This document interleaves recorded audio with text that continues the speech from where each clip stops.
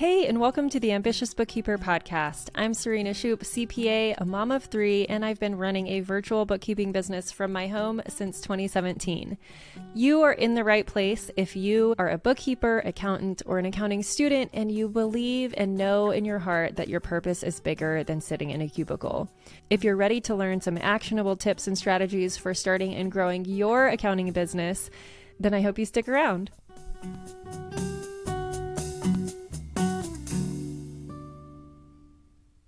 Welcome back to the Ambitious Bookkeeper Podcast. Today, I have a guest on here to talk about sales tax, which I know a lot of our listeners might be involved in, and some of you may not be involved in and be curious about it. And I also know that a lot of our listeners want to know where they can outsource this. So this is why I brought on Brian Greer from TaxConnex. Hello, Brian. How are you?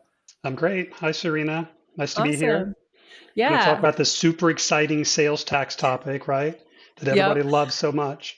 Yeah, I mean, I love it. I nerd out on it all the time, and I'm sure you do too. So without further ado, go ahead and introduce yourself to the listener, who you are, how you help people, and then we'll dive into the conversation from there. Sure, would love to do that. So I'm Brian Greer, and I'm one of the partners at TaxConnex. And we'll get into that a little bit more in terms of what we do, but we do focus specifically in the sales tax industry. But just as, some, background information on myself and some perspective, I started my career really as a salesperson, and I was selling software. And honestly, I was terrible at it, Serena. I was at a couple of different software companies and ended up at JD Edwards, which was purchased by Oracle. And I didn't get it. I wasn't good at it, and I was looking to do something different. And a person that I knew said, I know a guy that you should talk with. Ended up having a conversation with David Clapp. And the audience won't know who David Clapp is, but David Clapp was one of the original employees of a sales tax outsourcing firm called Tax Partners. Okay. So this was back in 2001. And I kind of struck up a relationship with David, and he hired me at Tax Partners to focus on sales tax outsourcing services. I knew nothing about it at the time, but now, roughly 25 years later, I know enough about sales tax to be dangerous in a lot of scenarios. But what I will describe, and this might resonate with some of the audience, I started off saying I was terrible at selling when I was at JD Edwards and selling the software. What I learned over time is that once I landed in this sales tax space, I was able to learn about it and research it and really understand it and start to really sell and consult from a position of knowledge. So I could go a mile deep. Whereas when I was at JD Edwards, we were selling 100 different things that I knew this much about each one, and it just made me uncomfortable. So what I learned with that is to focus on what you do well, figure out what it is that you do well, and focus on that. And I think that's what I've done that, quite frankly, inadvertently. But kind of looking back on my career, that's kind of the path that I went on. Yeah, that's a really good point. And I know we weren't going to talk about sales, but that sure does make it a lot easier when you have enough knowledge about it to really offer help instead of feeling like you're selling. Yeah, and I think even, if you're providing outsourced accounting, outsourced bookkeeping services, maybe the message is maybe there's an industry that you're really good at. You're good at providing those services, but maybe you find an industry that, hey, I can be really successful here because I know this industry. And it just provides that level of credibility, I think, when you talk with potential prospects and when you talk with your customers that, hey, this person gets it and they know what my industry is all about. Yeah.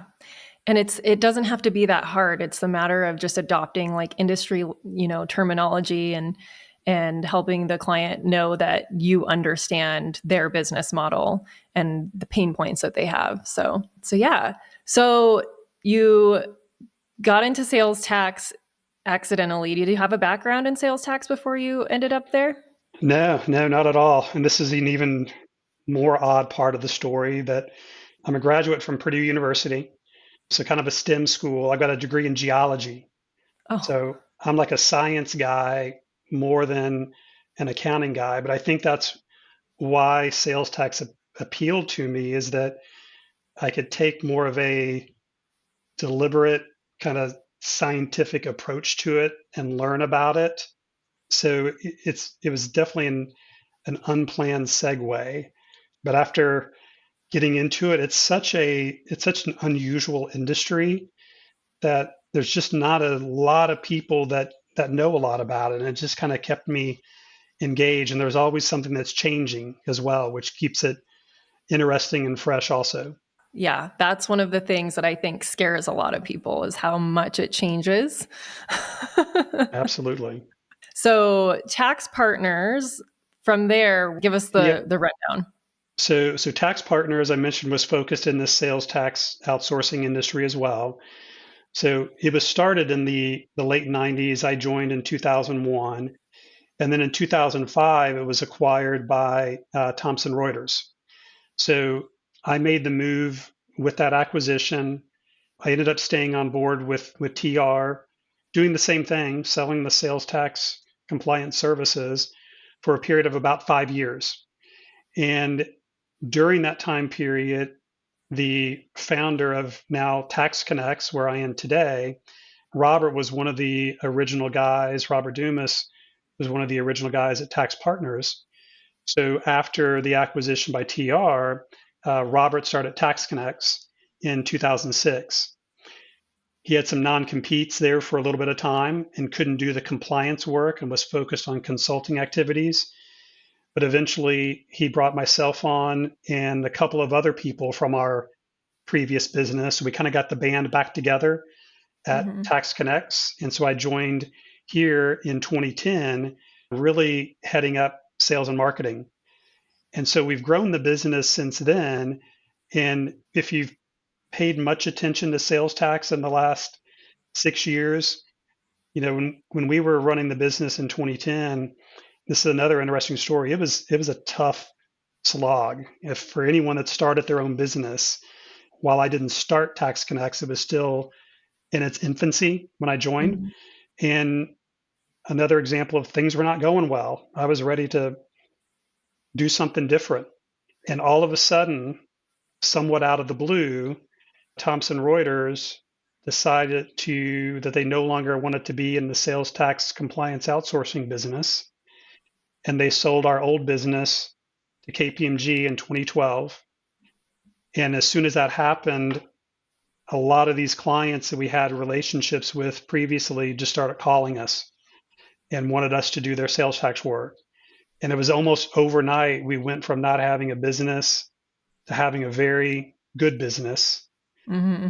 And then what happened with Wayfair in 2018 really kind of amplified that again. We were really growing the business kind of as a lifestyle business for that 2012 through 2018 time period. And then Wayfair happened and kind of all hell broke loose. And now there's all these questions and all these opportunities for us. So a lot of unusual events that happen that have kind of lined up to get us to where we are today. Yeah. It's always right time and the right place coupled with just being ready, right? Yeah, exactly. Taking advantage of those opportunities when they come your way. With Wayfair, obviously, your business probably exploded again because now you have all these people who previously didn't have to worry about other states' nexus. Now they do. And it's a big compliance and administrative burden for a lot of small businesses. And I'm sure anyone listening, if you have e commerce clients or I guess that's the main industry that it affects. Anyone selling online. I know I come across a lot of bookkeepers that are like, I really want to I want to help this client, but I really don't want to deal with sales tax. So this is what you guys do, right? You can jump in and just take on that piece of a client's work.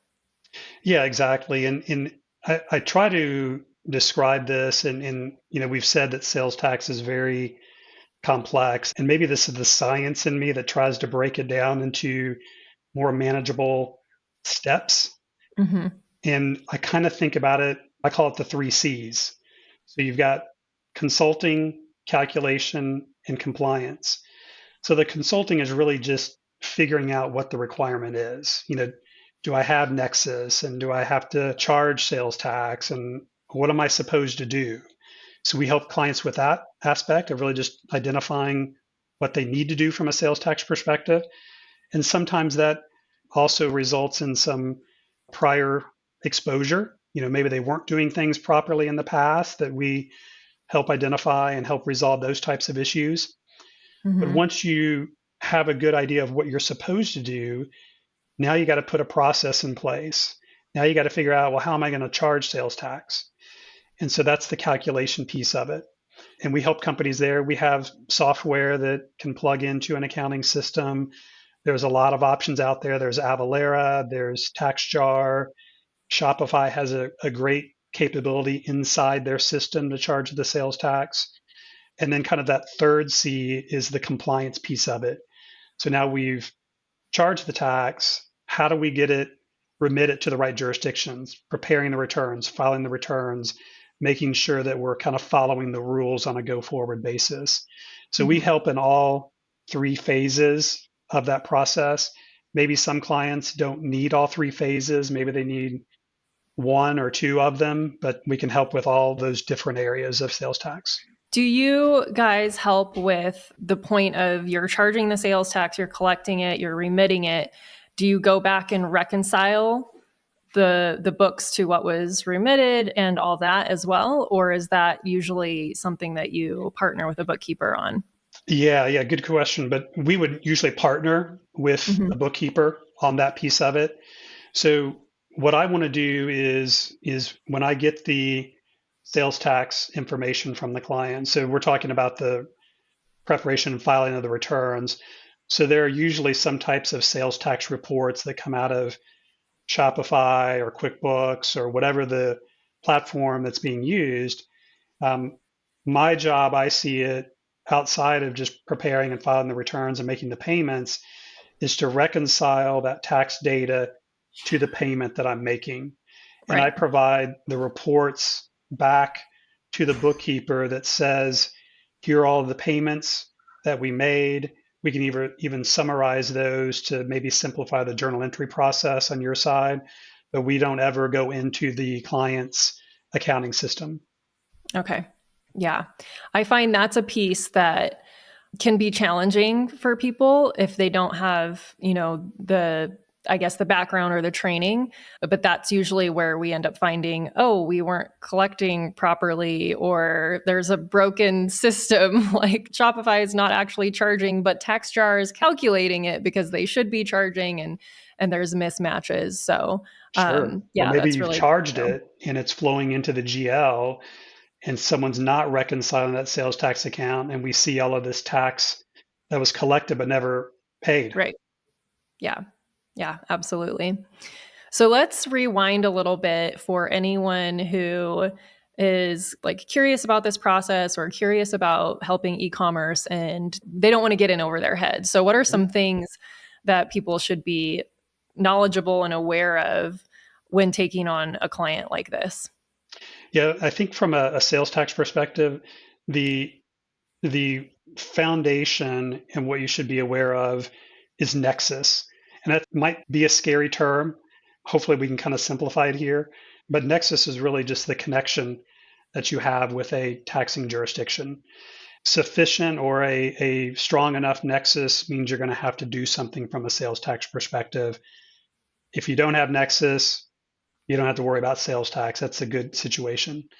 The two things to think about from a nexus perspective, though, it can be either a physical presence or the economic presence. And the physical presence is usually boiled down to employees, especially if you're looking at an e-commerce business.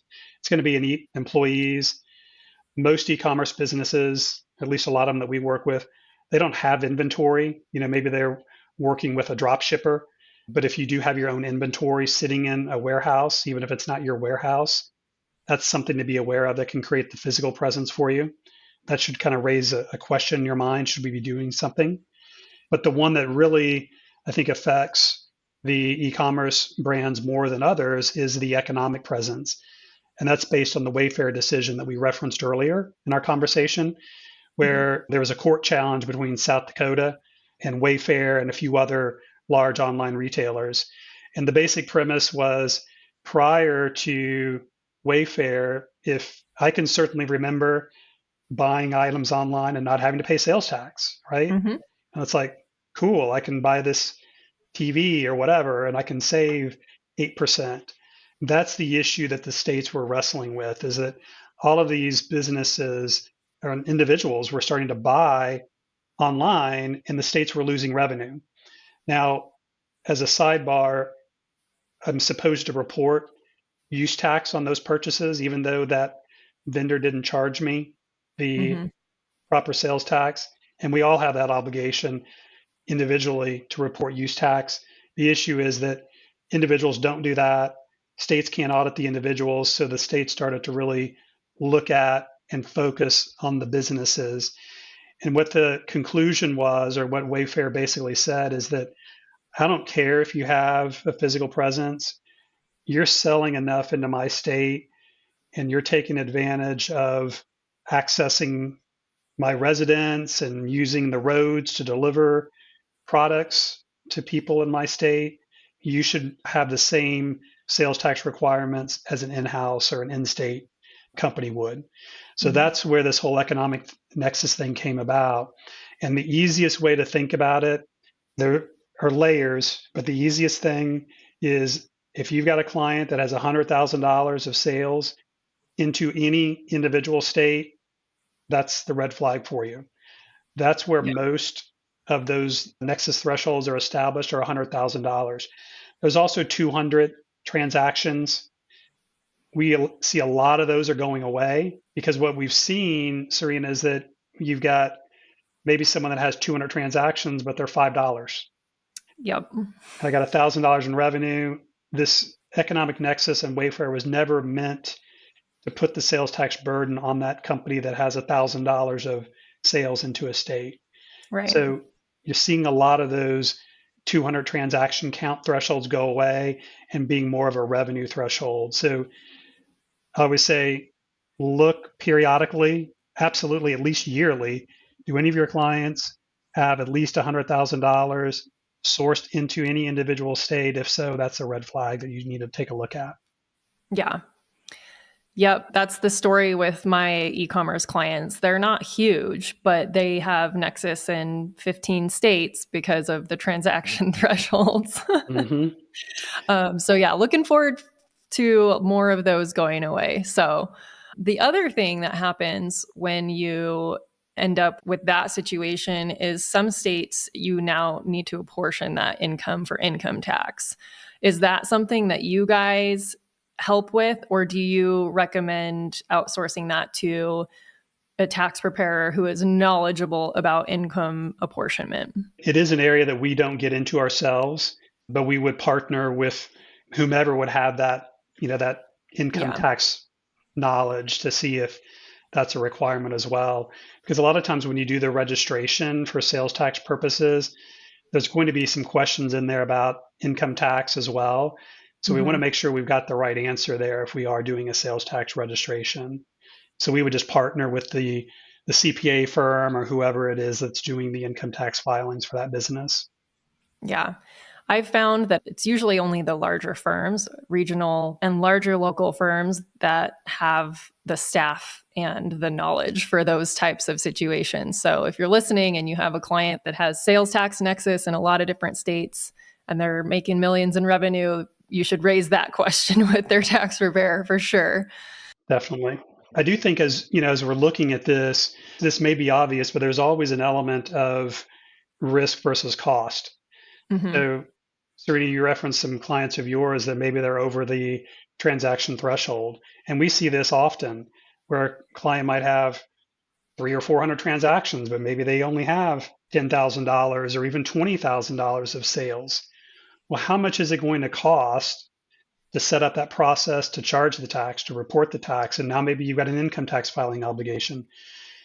We don't want to be in a scenario where we're paying more to be compliant than we have from a risk perspective. So, if my fees are $1,000 and there's $100 of risk, it doesn't make sense, right? Mm-hmm. You're better off just to carry that risk and monitor it. And then when it gets to a point where it starts to be more material, then do something, then act on it at that point. Yeah. That's the stance that we tend to take when they barely hit the threshold. And that's also the stance that we tend to take with our clients because they end up with digital goods sales tax. A lot of states are implementing that. And that is also a thing that's everywhere else in the world.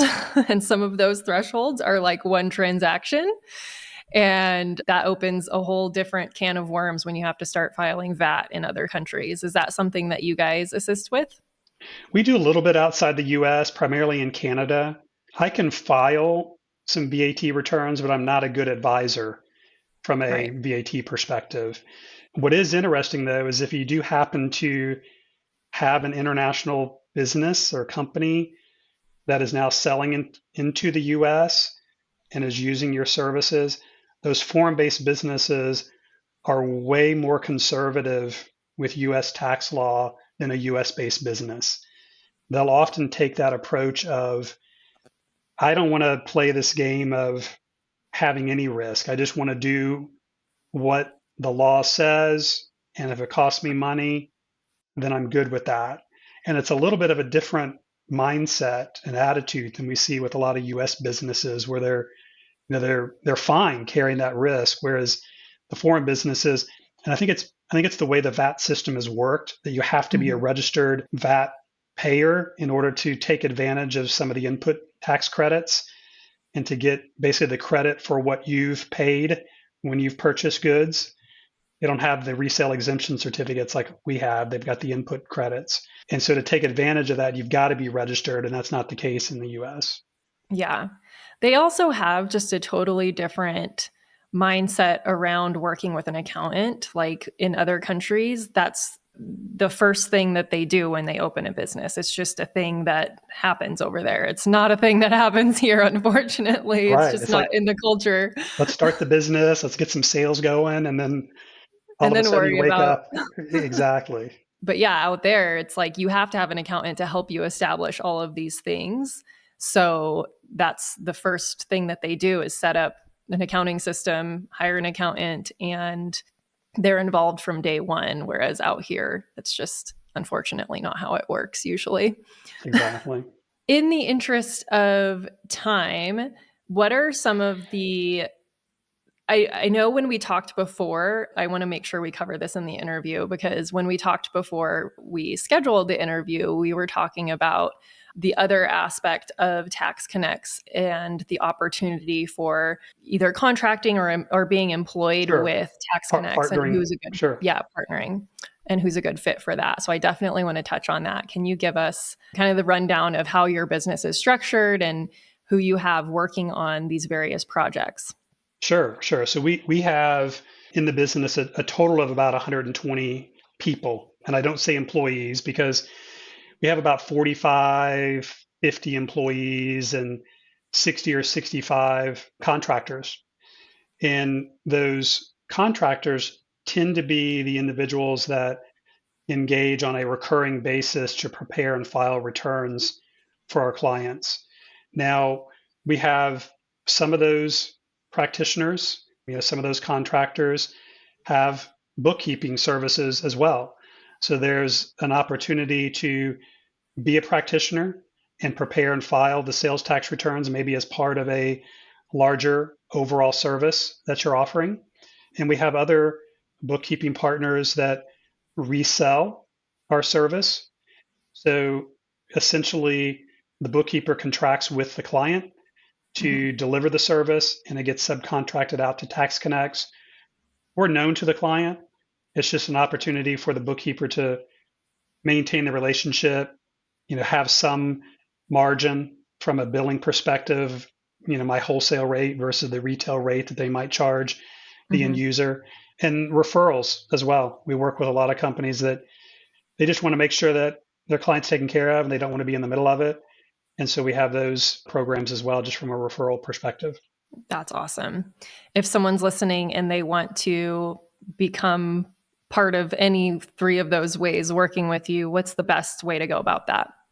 The easiest way is just to reach out to me, and Okay. I'll make sure you get to the right people. If it's a referral, reseller type of discussion, that's going to be me. If it's a practitioner discussion, my partner, Jackie Brider, would probably speak to that individual. Awesome. We will link your information in the show notes so that everyone can go there to link up with you and get to the right place. Yeah, I originally found, I feel like I need to give this background. I probably should have done it at the top of the episode, but I originally found you guys because I was cramming for CPE at the end of last year.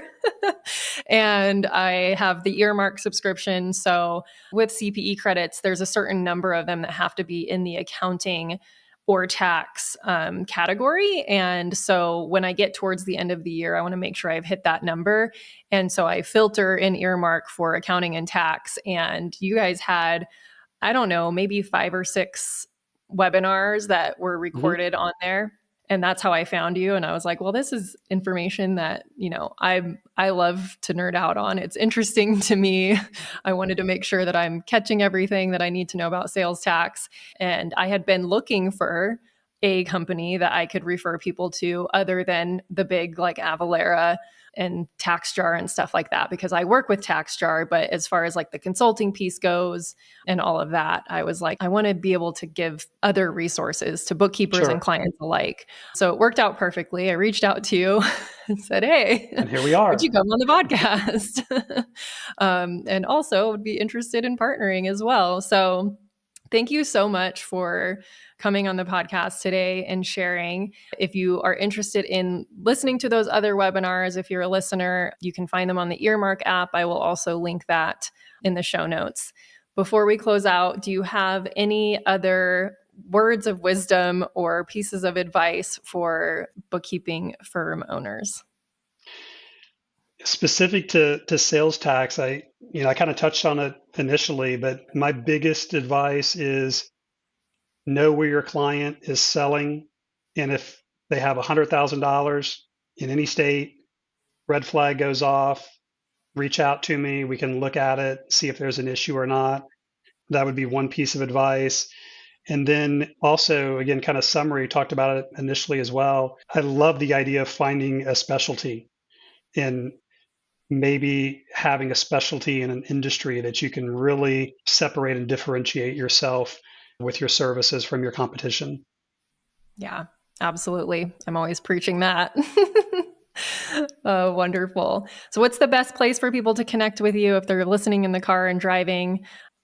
Sure. So LinkedIn, Brian Greer, I'm sure you're going to have my information somewhere, but LinkedIn, got a lot of connections there. Try to disseminate a lot of information. Certainly when we're doing the CPE courses and webinars, we'll post those and I'll reshare those as well. And also, if you just want to subscribe to our blog at TaxConnex.com, we really try to focus on providing content and education.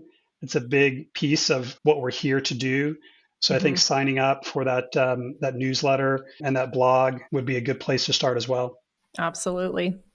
Well, thank you again so much for your time. And if you enjoyed this episode, make sure you reach out to Brian on LinkedIn, connect with him, and thank you so much.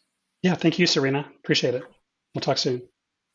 Thank you to everyone who helps make this podcast possible. Content and interviews are produced by me, Serena Shoup. Our intro and outro music is written and performed by my brother, Ian Gilliam. Editing is also by Ian using his awesome sound engineering skills along with Descript software. Hosting and publishing is by Buzzsprout. And you can check out the show notes for links to all of these amazing resources and resources mentioned in the episode. Be ambitious.